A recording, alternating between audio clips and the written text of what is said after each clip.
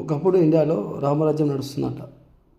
రాజు చెప్పిందట మంత్రులకు, మన రాజ్యంలో మన గురించి ఏమనుకుంటున్నారు అని.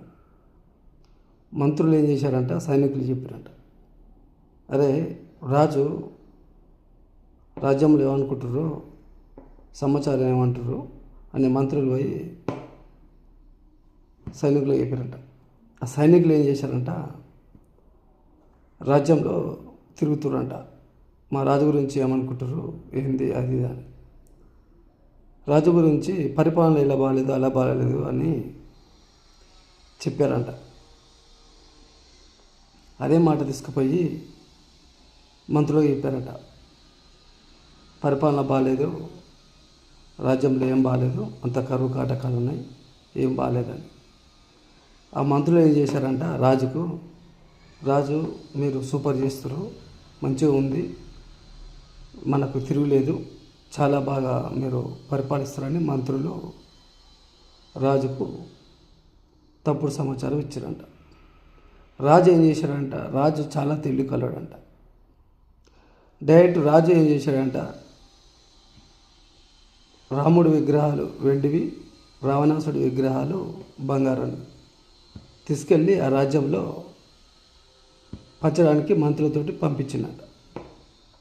పంపిస్తే రాముడి విగ్రహాలు 1000 పోతే తీసుకెళ్తే రావణాసుడి విగ్రహాలు 10,000 పోయినాయట. మంత్రులను పిలిపించారట, రావణాసుడు ఎన్ని పోయినాయి, రాముడు ఎన్ని పోయినాయి అని. రాముడు 1000 పోతే రావణాసుడు 10,000 పోయినాయి అన్నారంట.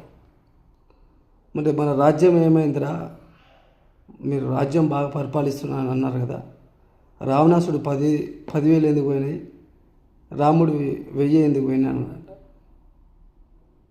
అంటే మంత్రులు ఆశ్చర్యపోయారంట. అప్పుడు చెప్పాడంట రాజు, మనుషులకు కావాల్సింది డబ్బు. ఆ బంగారు విగ్రహం అయితే రావణాసుడు బంగారు విగ్రహమే, దాన్ని నమ్ముకుంటే పైసలు వస్తాయి, వాళ్ళ కాలాన్ని గడుపుకుంటారు.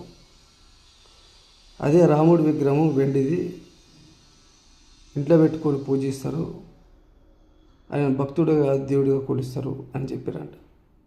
ఇవాళ కూడా టీఆర్ఎస్ ప్రభుత్వం ఎలా పరిపాలించింది, ఎందుకు ఊడగొట్టారు, కాంగ్రెస్ ప్రభుత్వం ఎలా నెగ్గింది, నెక్స్ట్ ఎలా ఊడిపోతుంది, ఈ రెండిట్లనే ఉంటుంది. ఎందుకంటే నేను ఇంకా ఇంతకంటే క్లియర్గా నేను